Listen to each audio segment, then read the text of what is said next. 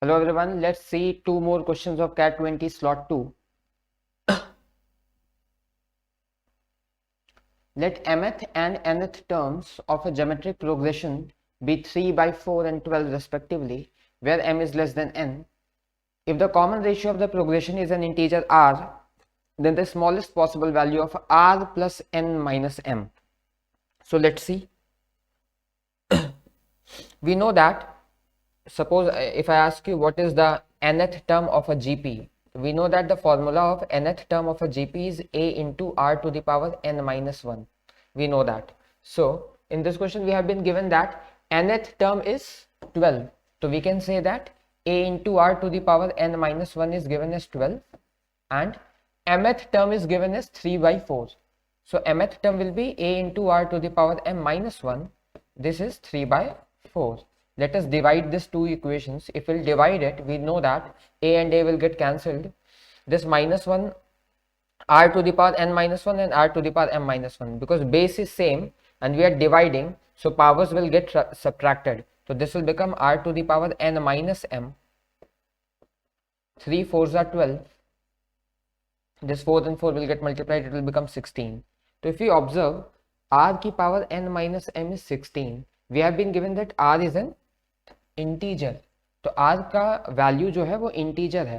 तो आपसे ये पूछा गया है कि r प्लस ये पूरा का पूरा n माइनस m है, तो हम n माइनस m को एक वैल्यू कंसिडर करेंगे. n माइनस m को r plus n minus m की मिनिमम वैल्यू क्या हो सकती है, ये हमसे पूछा गया है.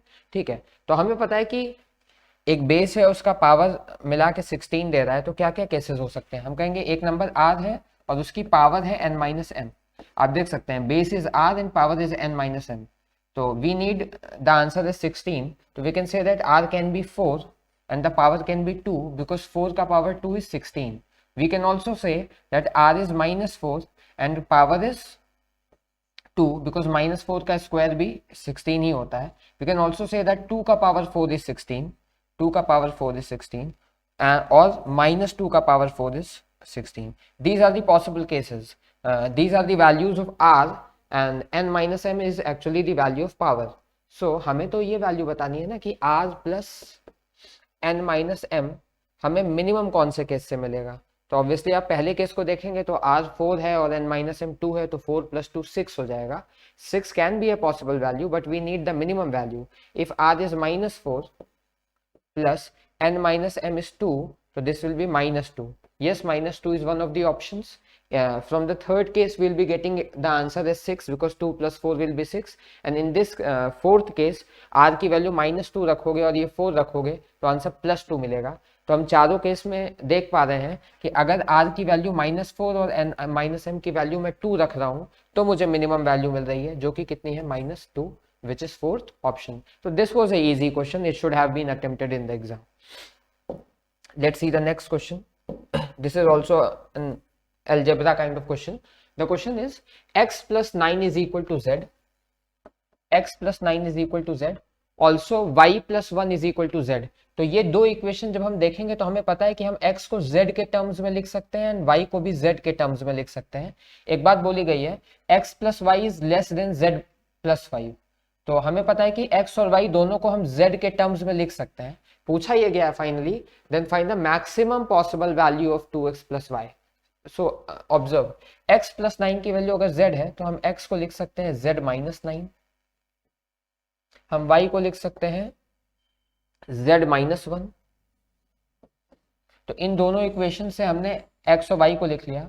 हमें पता है कि x प्लस वाई की value is less than z plus 5. Okay, let us substitute the value of x and y, और इस x की जगह हम z माइनस 9 लिखते हैं एंड प्लस y की जगह हम लिखते हैं z minus 1 less than z plus 5. ये जो वैल्यू है इसको सबको लेफ्ट में लेके आते हैं तो z minus z will get cancelled. It will become z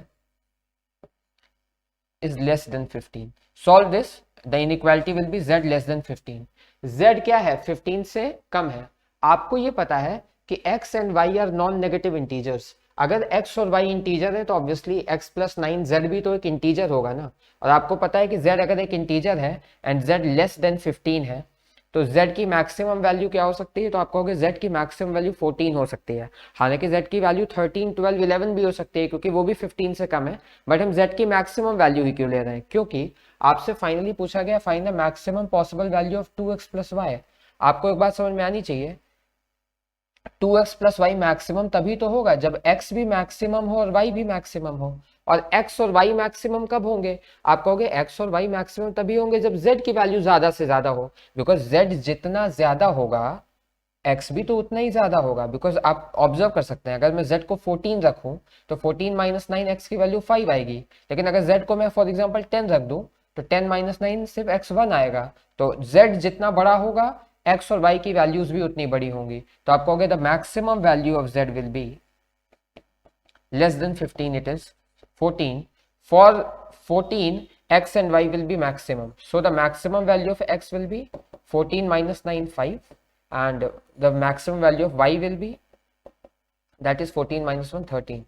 x and y are maximum, so obviously this will also be maximum. तो आप कहोगे the maximum value of 2x plus y will be 2 into x की maximum value which is 5 plus y की maximum value which is 13. So 2 into 5 10, 10 plus 13 will be 23. So the maximum value of 2x plus y can be 23. तो ये बहुत ही easy सा question था। आप x और y को z के टर्म्स में लिखिए, z की मैक्सिमम वैल्यू मिल जाए, अगर z की मैक्सिमम वैल्यू मिल जाए तो x और y की मैक्सिमम वैल्यू निकालिए और यहाँ पुट कर देंगे, तो that will be the maximum value of 2x plus y।